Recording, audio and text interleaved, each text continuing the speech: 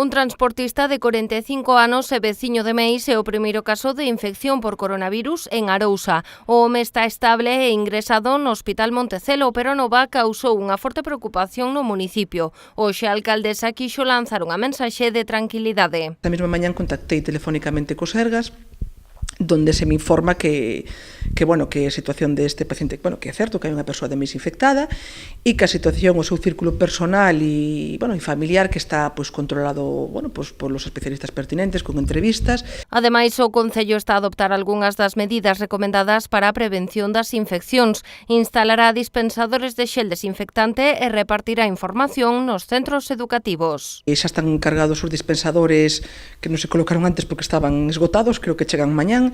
Tamén se van a colocar nos edificios públicos, se van a repartir tamén nas escolas unitarias, pero estes xa non son de man, porque son nenos pequeniños para que ya sean máis fáciles de manexar. Estas medidas tamén están en marcha no Concello de Cambados. O Goberno local está a traballar na elaboración de folletos informativos para distribuir nos colexos e xa instalou dispensadores nos edificios públicos para facilitar a hixiene e desinfección. Co xerente da área sanitaria, con Xosé Ramón Gómez, e temos unha comunicación fluida no sentido de que calquer dúbida que podamos ter dentro do Concello, pois poñémonos en contacto co propio Sergas para que nos diga o camiño a seguir, tanto no relativo a zonas de aillamento no centro de saúde como outro tipo de medidas, non? O Executivo asegura que está en contacto coa Consellería de Sanidade para abordar os pasos a tomar segundo aumentan os contaxios. Ademais, xa se puxeron en contacto cunha empresa informática para facilitar o teletraballo se fora necesario. Un sistema de escritorio remoto